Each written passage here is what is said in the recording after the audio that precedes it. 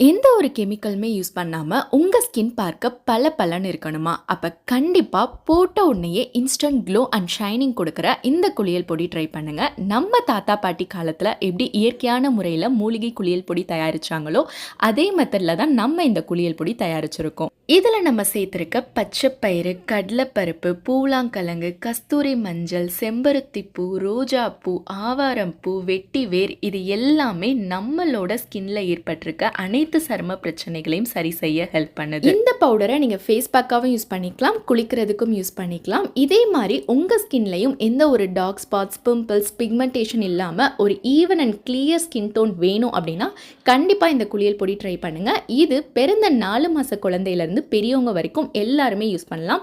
ஜென்ஸ்க்காக ஸ்பெஷலாக மஞ்சள் இல்லாத குளியல் பொடியும் நாங்கள் சேல் பண்ணுறோம்.